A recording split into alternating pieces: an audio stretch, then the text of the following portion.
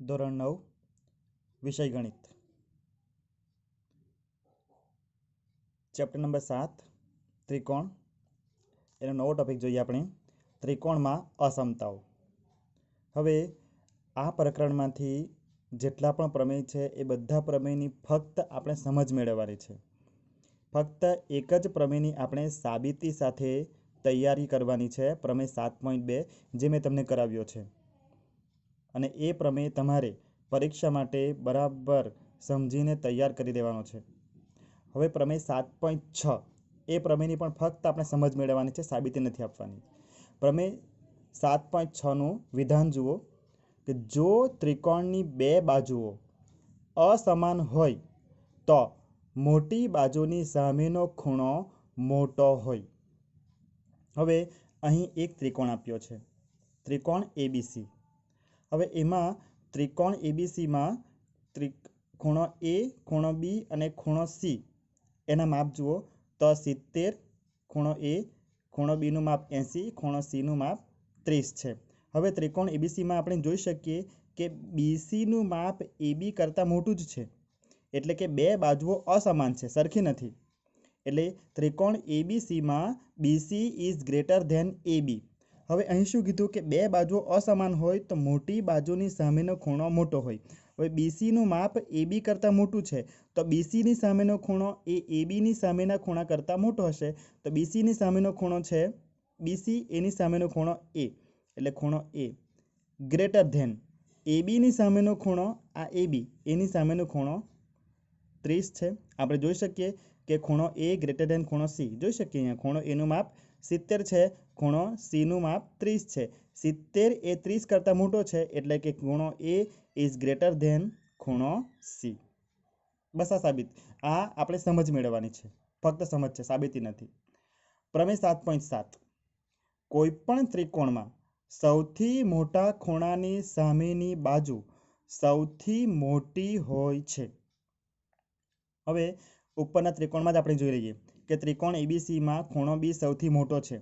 હવે ખૂણો એ 70, બી 80, સીનું માપ 30 છે, તો ખૂણો બી એ સૌથી મોટો છે।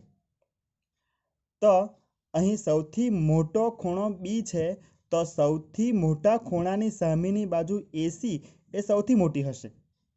એટલે અહીં જે કીધું છે તે પ્રમાણે કે સૌથી મોટા ખૂણાની સામેની બાજુ સૌથી મોટી હોય છે, એટલે ત્રિકોણ એબીસીમાં ખૂણો બી સૌથી મોટો છે, એટલે આ બીની સામેનો ખૂણો બાજુ એસી એ સૌથી મોટી બાજુ છે। પ્રમેય 7.8 કે ત્રિકોણની કોઈ પણ બે બાજુઓનો સરવાળો તેની ત્રીજી બાજુ કરતાં વધારે હોય છે।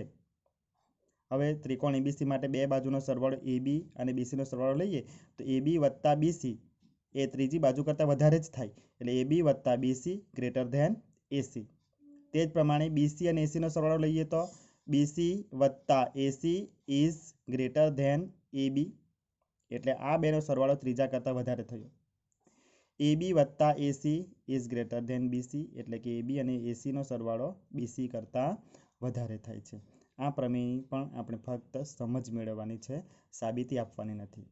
વિદ્યાર્થી મિત્રો, તમને જેટલું પણ સ્ક્રીન પર દેખાય છે એટલું વિડીયો સ્ટોપ કરીને તમારી નોટબુકમાં સારા અક્ષરે લખી લેવાનું છે।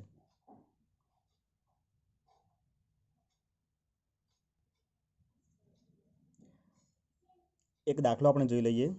ચોપડીમાં આવો કોઈ દાખલો આપ્યો નથી, છતાં પણ આપણે એક દાખલો જોઈ લઈએ। ત્રિકોણ એબીસીના ખૂણો એ, ખૂણો બી અને ખૂણો સીના માપ 2:3:5ના પ્રમાણમાં હોય તો ખૂણો એ, ખૂણો બી અને ખૂણો સીના માપ શોધો તથા ત્રિકોણ એબીસીનો પ્રકાર જણાવો। હવે અહીં ત્રિકોણ એબીસીના માપ, ત્રિકોણ એબીસીમાં ખૂણો એ, ખૂણો બી અને ખૂણો સીના માપ 2:3:5ના પ્રમાણમાં છે।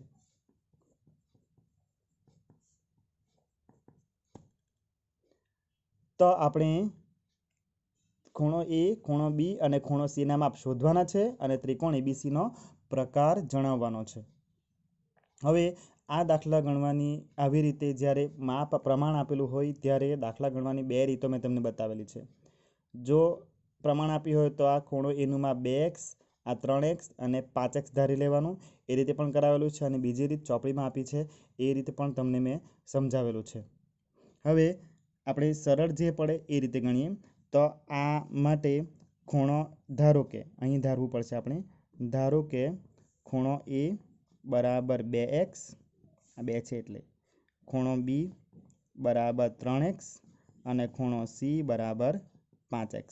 હવે ત્રિકોણના 3 ખૂણાઓનો સરવાળો 180 એટલે ખૂણો એ વત્તા ખૂણો બી વત્તા ખૂણો સી બરાબર 180 અંશ થાય. માટે અહીં ખૂણો એ આપણે 2x ધારેલો છે એટલે 2x વત્તા ખૂણો બી આપણે 3x ધાર્યું છે એટલે 3x વત્તા ખૂણો સી બરાબર 5x ધાર્યા છે એટલે 5x બરાબર 180 અંશ. માટે 5 ને 3 8 ને 2 10x બરાબર 180 અંશ. માટે x બરાબર 180, આ 10 છેદમાં જશે એટલે છેદમાં 10, 0 0 કેન્સલ. માટે x બરાબર 18 અંશ. હવે ખૂણો એ, ખૂણો બી અને ખૂણો સીના માપ આપણે શોધવાના છે. એટલે માટે ખૂણો એ બરાબર 2x છે એટલે 2x બરાબર 2 ગુણ્યા 18 બરાબર 36 અંશ. ખૂણો બી બરાબર 3x એટલે કે 3 ગુણ્યા 18 બરાબર 54 અંશ. 18 તારી 54. હું બાજુમાં લખું છું, તમારે બાજુમાં નથી લખવાનું, તમારે નીચે જ લખવાનું છે. બરાબર છે. ખૂણો સી બરાબર 5x, આ 5x છે. ખૂણો સી બરાબર 5x એટલે 5 ગુણ્યા 18 બરાબર 90 અંશ. ચાલો, ત્રણેય ખૂણાના માપ મળી ગયા.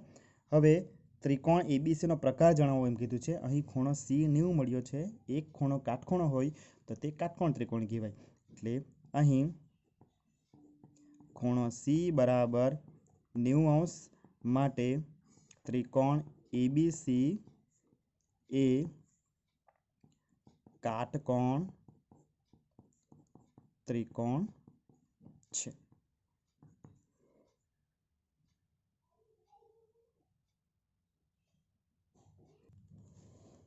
આગળ જોઈએ.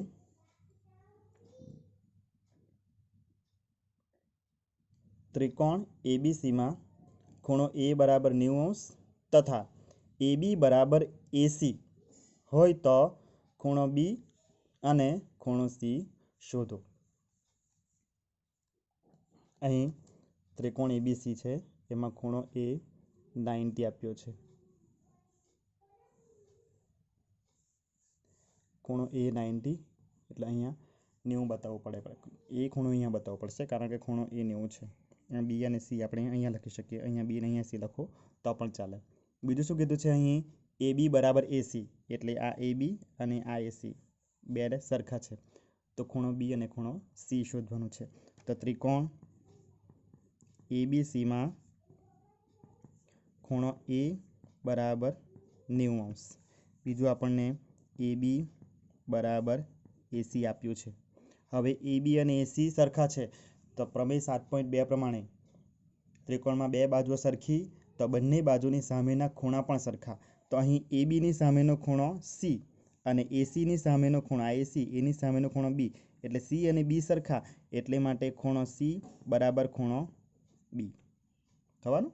હવે ત્રિકોણ એબીસીમાં ખૂણો એ વત્તા ખૂણો બી વત્તા ખૂણો સી બરાબર 180 અંશ. ત્રણ ખૂણાનો સરવાળો 180 અંશ થશે. માટે ખૂણો એ તો 90 છે એટલે 90 અંશ વત્તા ખૂણો બી વત્તા ખૂણો સી બરાબર ખૂણો બી છે એટલે ખૂણો સીની જગ્યાએ આપણે ખૂણો બી લખી શકીએ બરાબર 180 અંશ.